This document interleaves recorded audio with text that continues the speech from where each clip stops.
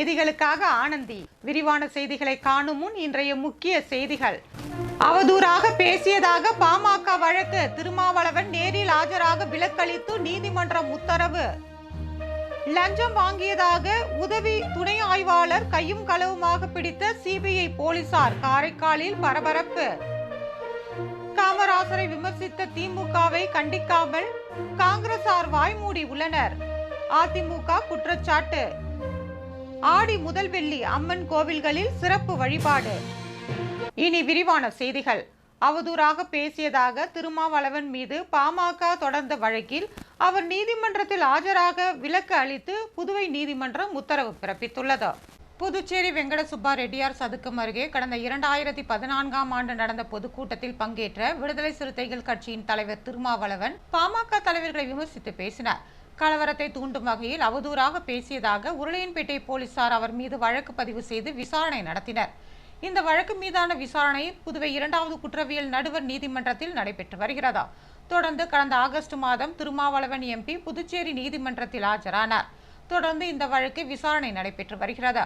இந்நிலையில் விடுதலை சிறுத்தை கட்சி வழக்கறிஞர் பிரிவு அமைப்பாளர் கார்த்திகேயன் திருமாவளவன் எம்பியாக இருப்பதால் நீதிமன்றத்திற்கு வர முடியவில்லை என்றும், இந்த வழக்கில் அவர் நேரில் ஆஜராகுவதில் இருந்து விலக்கு அளிக்கும் வகையில் புதுச்சேரி நீதிமன்றத்தில் மனு அளித்திருந்தார். இந்த மனு தொடர்பான விசாரணை எம்பி எம்எல்ஏக்கள் சிறப்பு நீதிமன்றத்தில் இன்று வந்தது. இதனை விசாரித்த நீதிபதி சேரலாதன் இந்த வழக்கு தொடர்பாக எம்பி திருமாவளவன் நேரில் ஆஜராக வேண்டாம் என்று உத்தரவு பிறப்பித்தார்.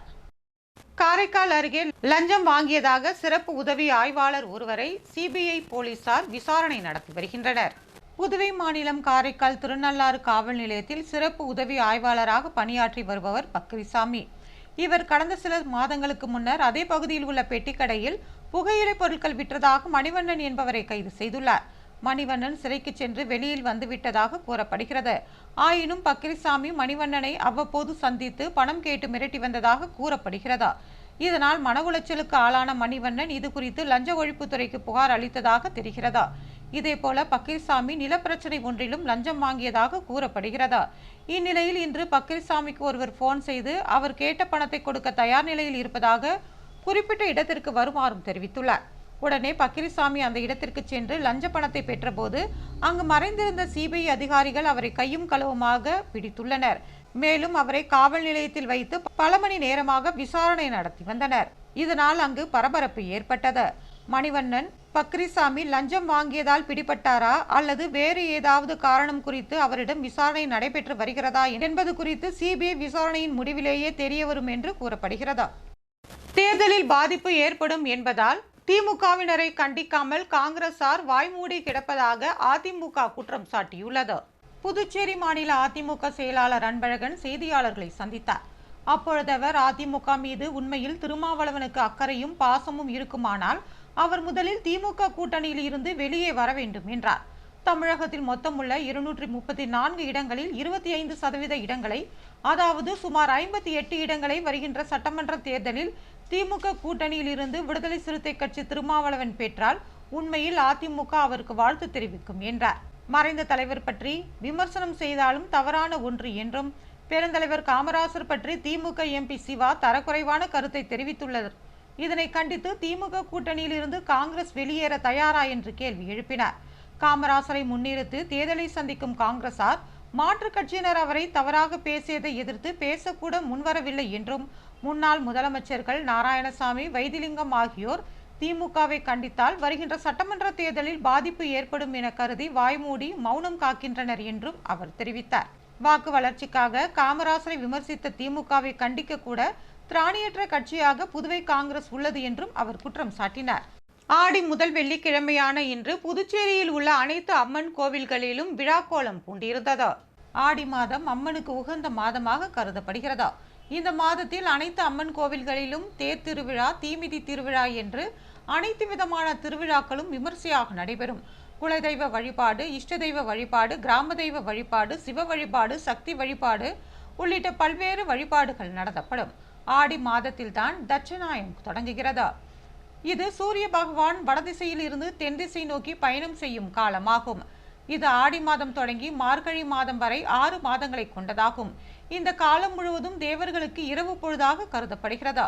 இந்த புண்ணிய காலத்தில் நதிகளில் நீராடுவது மிகவும் விசேஷமானது. ஆடி மாதத்தில் ஆடிப்பெருக்கு, ஆடிப்பூரம், ஆடி அமாவாசை போன்ற சிறப்பு நாட்கள் வருகின்றன.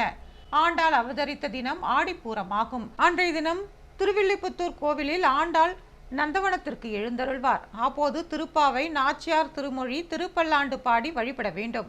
இதனால் நாம் அனைத்து பிரார்த்தனைகளும் நிறைவேறும். இதே போல ஆடி பௌர்ணமி தினத்தில்தான் ஹயக்ரீவர் அவதாரம் நிகழ்ந்தது. எனவே அன்றைய தினம் வைணவ தலங்களில் சிறப்பு வழிபாடுகள் நடைபெறும். ஆடி மாதத்தில் அம்மனுக்கு கூழ் வார்க்கும் திருவிழா மிகவும் சிறப்பாக நடைபெறும். ஆடி மாதம் வெள்ளிக்கிழமை அம்மனுக்கு கூழ் படைத்து வழிபட்டால் அன்னையின் மனம் குளிர்ந்து அருள் வழங்குவார் என்பது நம்பிக்கை. சிலர் ஆடி மாதத்தை பீடை மாதம் என்று கூறுவார்கள். அது அவர்களது அறியாமையால் கூறுவதாகும். உண்மையில் பீட மாதம் என்பதுதான் அதற்கு பெயர். அதாவது இறைவனை நமது மனமாகிய பீடத்தில் வைத்து பூஜித்து வழிபட வேண்டும் என்பதே இதன் உண்மையான பொருளாகும். அதன்படி ஆடி முதல் வெள்ளியான இன்று புதுச்சேரியில் உள்ள பல்வேறு கோவில்களில் சிறப்பு வழிபாடுகள் நடைபெற்றதா. ஏராளமான பெண்கள் கோவிலில் வழிபாடு செய்தனர். அமைச்சர் ஜான்குமாரை பாஜக முக்கிய நிர்வாகிகள் சந்தித்து வாழ்த்து தெரிவித்தனர். புதுவை காமராஜர் நகர் தொகுதி சட்டமன்ற உறுப்பினர் ஜான்குமார். இவரை பாஜக கவர்னர் மூலமாக அமைச்சராக நியமிக்க மத்திய உள்துறை அமைச்சகத்திற்கு பரிந்துரை செய்தது. அதன் அடிப்படையில் மத்திய உள்துறை அமைச்சகம் அவரை அமைச்சராக்க அனுமதி வழங்கியது. இதனைத் தொடர்ந்து கடந்த சில நாட்களுக்கு முன்பு அமைச்சராக ஜான்குமார் பதவியேற்றுக் கொண்டார். அவரை அவரது ஆதரவாளர்கள் சந்தித்து வாழ்த்து தெரிவித்து வருகின்றனர்.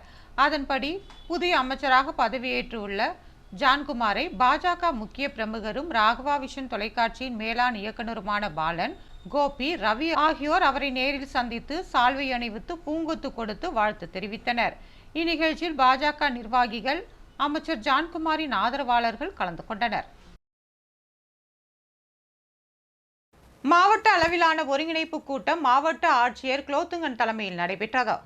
மத்திய அரசின் முழு பங்களிப்புடன் ஆதி திராவிடர் மற்றும் பழங்குடியினர் நலத்துறை சார்பாக பிரதம மந்திரியின் மாதிரி கிராமம் திட்டம் செயல்படுத்தப்பட்டு வருகிறதா.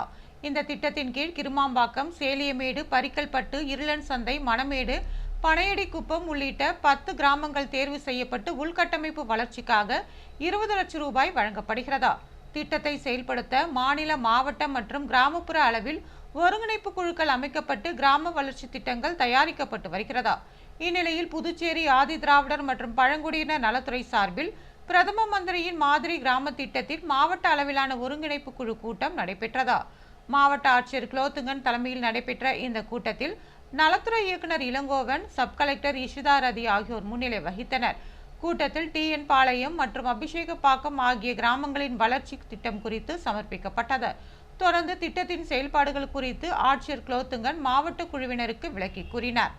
மேலும் சமர்ப்பிக்கப்பட்ட 2 கிராமத்திற்கான கிராம வளர்ச்சி திட்டத்திற்கு ஒப்புதல் அளிக்கப்பட்டதோடு மீதமுள்ள 8 கிராமத்திற்கு 1 மாத காலத்திற்குள் கிராம வளர்ச்சி திட்டத்தை இறுதி செய்து சமர்ப்பிக்குமாறு அந்தந்த கொம்யூன் பஞ்சாயத்து ஆணையர்களுக்கு உத்தரவிடப்பட்டது.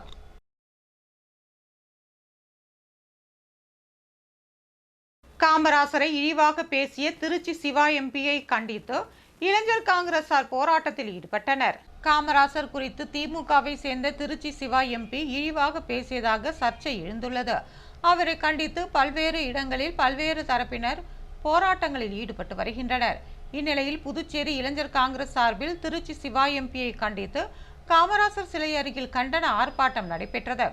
அப்போது திருச்சி சிவா எம்பிக்கு எதிராக கண்டன முழக்கங்களை எழுப்பிய இளைஞர் காங்கிரசார் அவரது உருவப்படத்தை கிழித்து எதிர்ப்பு தெரிவித்தனர். இதனால் அப்பகுதியில் பரபரப்பு ஏற்பட்டது.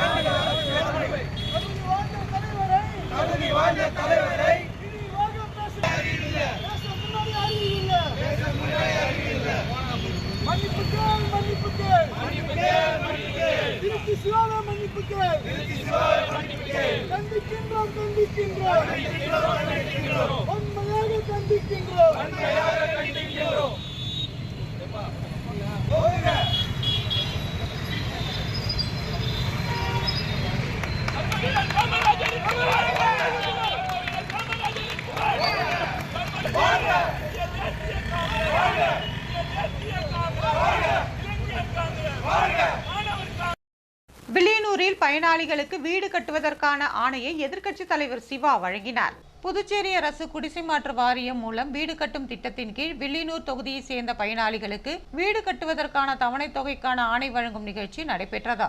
வில்லியனூர் சட்டமன்ற உறுப்பினர் அலுவலகத்தில் நடைபெற்ற இந்நிகழ்ச்சியில் தொகுதி சட்டமன்ற உறுப்பினரும் எதிர்க்கட்சித் தலைவருமான சிவா கலந்து கொண்டு பயனாளிகளுக்கு வீடு கட்டுவதற்கான அரசாணை மற்றும் தவணைத் தொகைக்கான அடையாள அட்டையை வழங்கினார். இதில் குடிசை மாற்று வாரிய இளநிலை பொறியாளர் அனில்குமார், கள ஆய்வாளர் இளங்கோவன் மற்றும் திமுக உறுப்பினர்கள் உட்பட பலர் கலந்து கொண்டனர்.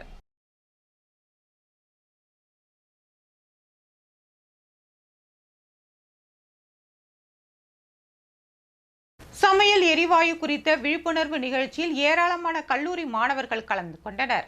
புதுச்சேரியில் இந்திரா இந்தியன் சர்வீஸ் சார்பில் லாஸ்பேட்டை புதுச்சேரி அரசு மாவட்ட ஆசிரியர் கல்வி பயிற்சி நிறுவனத்தில் சமையல் எரிவாயு குறித்த பாதுகாப்பு விழிப்புணர்வு நிகழ்ச்சி நடத்தப்பட்டதா.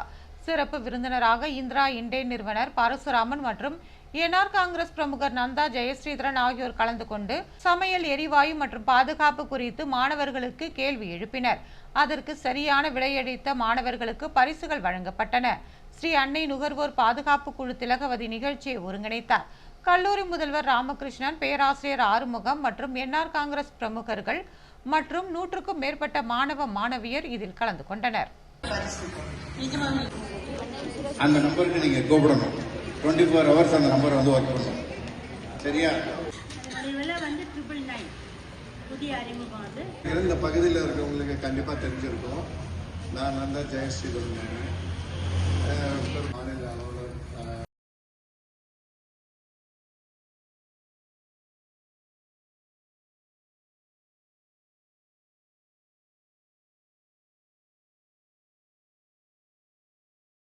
காமராசர் பிறந்த நாளை முன்னிட்டு பள்ளி மாணவர்களுக்கு வைத்திலிங்கம் எம்பி கல்வி உபகரணங்களை வழங்கினார். பெருந்தலைவர் காமராசர் பிறந்த நாள் விழாவின் ஒரு பகுதியாக புதுச்சேரி திருபுவனை தொகுதியை சேர்ந்த சிறுக்காலிப்பாளையம் அரசு ஆரம்ப பள்ளியில் காமராஜரின் பிறந்த நாள் விழா கொண்டாடப்பட்டது. வட்டார காங்கிரஸ் கமிட்டி பொதுச் செயலாளர் வேலு தலைமையில் நடைபெற்ற இந்நிகழ்ச்சியில் மாவட்ட காங்கிரஸ் செயலாளர் ஹரிகிருஷ்ணன் முன்னிலை வகித்தார். புதுச்சேரி காங்கிரஸ் தலைவர் வைத்திலிங்கம் எம்பி கலந்து கொண்டு பள்ளிக்கு ஸ்மார்ட் டிவி, மாணவர்களுக்கு காலணிகள், நோட்டு புத்தகங்களை வழங்கினார். விழாவில் மாநில காங்கிரஸ் பொதுச் செயலாளர் தனுசு மற்றும் வட்டார காங்கிரஸ் தலைவர்கள் ஜெயக்குமார், துளசிங்க பெருமாள், பிசிசி நடராஜன் உள்ளிட்ட பலர் கலந்து கொண்டனர்.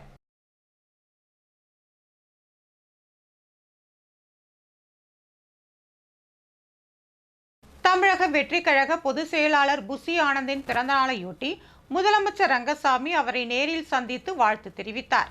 தமிழக வெற்றி கழக பொதுச் செயலாளர் புசி ஆனந்தின் பிறந்த நாளை முன்னிட்டு தமிழகம் மற்றும் புதுச்சேரியில் உள்ள தமிழக வெற்றி கழக தொண்டர்கள் பல்வேறு நலத்திட்ட உதவிகளை செய்து வருகின்றனர். புதுவை தில்லை மேஸ்திரி வீதியில் உள்ள அவரது இல்லத்தில் பல்வேறு மாவட்டங்களை சேர்ந்த நிர்வாகிகள் அவரை நேரில் சந்தித்து பிறந்தநாள் வாழ்த்துக்களை தெரிவித்தனர். இந்நிலையில் புதுச்சேரி முதலமைச்சர் ரங்கசாமி பொதுச் செயலாளர் புசி ஆனந்தை அவரது இல்லத்தில் சந்தித்து அவருக்கு சால்வை அணிவித்து பிறந்தநாள் வாழ்த்தை தெரிவித்தார். அப்போது புசி ஆனந்த் முதலமைச்சர் ரங்கசாமியின் காலில் விழுந்து ஆசி பெற்றார். முதலமைச்சர் ரங்கசாமியுடன் புதுச்சேரி துணை சபாநாயகர் ராஜவேலு, அரசு கொறடா ஆறுமுகம் ஆகியோரும் பிறந்தநாள் வாழ்த்துக்களை தெரிவித்தனர். இதற்கிடையே புசி ஆனந்தின் பிறந்தநாளை முன்னிட்டு புதுச்சேரியில் உள்ள நிர்வாகிகள் பிரசித்தி பெற்ற ஸ்ரீ மணக்குள விநாயகர் கோவிலில் தங்கத்தேர் இழுத்து சிறப்பு வழிபாடு செய்தனர்.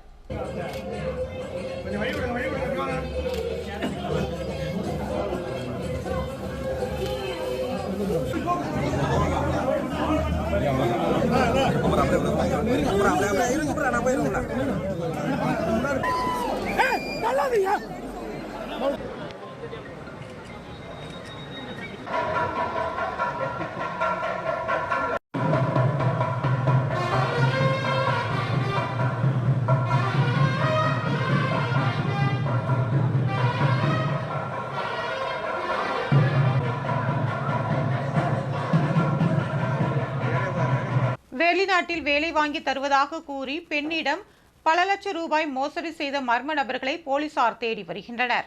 புதுச்சேரி முதலியார்பேட்டை பகுதியை சேர்ந்த பெண் ஒருவர் கனடாவில் வேலைவாய்ப்பு இருப்பதான விளம்பரம் ஒன்றை பார்த்துள்ளார். பின்னர் அந்த விளம்பரத்தில் இருந்த தொலைபேசி எண்ணை வாட்ஸ்அப் மூலம் தொடர்பு கொண்டு பேசியுள்ளார். அப்போது மர்ம நபர் ஒருவர் அந்த பெண்ணிடம் பேசி கனடா மற்றும் ஆஸ்திரேலியாவில் வேலைவாய்ப்பு வழங்குவதாக உறுதியளித்துள்ளார். தொடர்ந்து அங்கு பணிபுரியும் ஒர்க் விசாவில் பணிபுரிவதற்கான பணம் அனுப்புமாறும் கூறியுள்ளார். இதனை நம்பி அந்த பெண்ணும் 1.47 லட்சத்தை அனுப்பியுள்ளார். சிறிது நாட்கள் கழித்தும் மர்ம நபரிடமிருந்து எந்த தகவலும் வரவில்லை. அதன் பிறகே அவர் மோசடி கும்பலிடம் ஏமாந்ததை உணர்ந்துள்ளார். இது குறித்து அவர் சைபர் கிரைம் போலீசில் புகார் அளித்துள்ளார். அதன் அடிப்படையில் சைபர் கிரைம் போலீசார் வழக்கு பதிவு செய்து அந்த பெண்ணை ஏமாற்றியவரை தேடி வருகின்றனர். புதுவையில் இன்றைய தங்கம் மற்றும் வெள்ளி விலை விவரம். தங்கம் 1 கிராம் 9,150 ரூபாய். ஒரு சவரன் தங்கம் 73,200 ரூபாய். வெள்ளி 10 கிராம் 1,220 ரூபாய். மீண்டும் இன்றைய முக்கிய செய்திகள். அவதூறாக பேசியதாக பாமக வழக்கு, திருமாவளவன் நேரில் ஆஜராக விலக்களித்து நீதிமன்றம் உத்தரவு. லஞ்சம் வாங்கியதாக உதவி துணை ஆய்வாளர் கையும் களவுமாக பிடித்த சிபிஐ போலீசார், காரைக்காலில் பரபரப்பு. காமராசரை விமர்சித்த திமுகவை கண்டிக்காமல் காங்கிரசார் வாய்மூடி உள்ளனர். அதிமுக குற்றச்சாட்டு. ஆடி முதல் வெள்ளி அம்மன் கோவில்களில் சிறப்பு வழிபாடு. இத்துடன் செய்திகள் நிறைவு பெறுகிறது. வணக்கம்.